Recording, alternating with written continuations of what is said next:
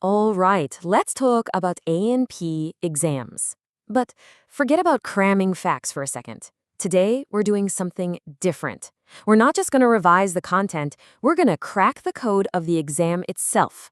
We're going to get inside the heads of the people who write the mark schemes so you know exactly what you need to do to get those top grades. Let's dive right in. Yeah, exactly. Just let that sink in for a second. What if the real secret, the thing that takes you from a pass to a distinction, isn't about memorizing another chapter in the textbook? What if it's all about understanding how you're actually being graded? Well, that's what we're all about today. We're going to get right inside the mind of the examiner. So here's our game plan. First up, we're cracking the examiner's code. Then we'll decode the common question patterns you'll see. After that, we'll unlock the secrets of the mark scheme, build a strategy for a top mark answer, and then we'll pull it all together into your final exam blueprint. All right, section 1. Look, the very first thing we have to do is make a really crucial mental shift. I need you to stop thinking like a student who's just trying to memorize a bunch of facts. From now on, you're going to start thinking like an examiner. Someone who's actively looking, hunting even, for specific bits of evidence that prove you understand this stuff. And this right here, this is the absolute heart of it all. You can literally be a walking A&P encyclopedia, but if you can't communicate what's in your head in the exact way the examiner wants to see it, you're just not going to get the marks. It's that simple. Your job isn't just to be right, it's to prove you're right by playing their game by their rules. Okay, so what are these rules, right? Well, let's figure them out. We're going to start by decoding the patterns in the questions themselves. It's pretty straightforward, really. If you know what kind of questions they're going to throw at you, you can prepare the kind of answers that actually score points. First up is the most basic one, kind of the bread and butter of these exams, the list or label question. Think of these as quick-fire rounds. They're just testing your recall. The instruction is simple, and your job is just as simple. Name the thing. And just look at how straightforward the mark scheme is for this type of question. This example is pulled straight from the June 2023 paper. 1 mark for each correct label. A is cardiac, B is intestines, C is skeletal. 1 mark, 1 mark, 1 mark. That's it. No long explanation needed. It's a simple transaction, really. You give them the right term, they give you the point. Done. Okay, but then, of course, the difficulty starts to ramp up. Next, you've got the describe question. Now you're not just naming something, you have to explain a whole process or a function. This is where it gets a bit trickier and where you really have to start connecting the dots.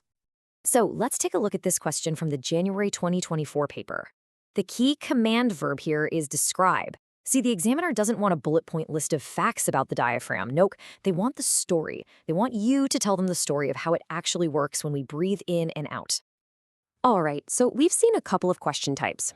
Now, for the really important part, let's look at how these things are actually marked, because this is where the strategy really kicks in. This is the stuff that separates a simple pass from a high-flying distinction. And check this out. This is the key difference, and these are the examiner's own words from a recent mark scheme. A level 2 answer, which gets you maybe 3 or 4 marks, has generic assertions, which, let's be honest, is just a fancy way of saying a list of isolated facts. But look at the level 3 answer, the one that gets you the top marks. It displays analysis which considers interrelationships or linkages. In other words, it connects the dots. We've got a name for this: linked expansion. And trust me, this is the secret sauce. All it means is that you state a fact, and then you immediately explain the consequence. You explain how it relates to the next part of the process. You're basically answering the silent, so what question for the examiner. Here's a super simple, perfect example from a mark scheme. The first point is a fact. Use fat as an alternative energy source. Okay, that's 1 mark. But then look at the second point, the linked expansion. Helps carbohydrate stores last longer in the race. Boom, see that connection? One causes the other. That little link just turned 1 mark into 2. Okay, that's great in theory, but how do you actually do this consistently when you're stressed out in an exam? Well, let's build a really practical strategy based on everything we've just figured out. This is where we put all the pieces together. Here you go, a simple but really powerful 3-step formula. Step 1 is define. Just state the core fact nice and clearly. Step 2 is link. This is where you do your linked expansion. You explain the so what of that fact.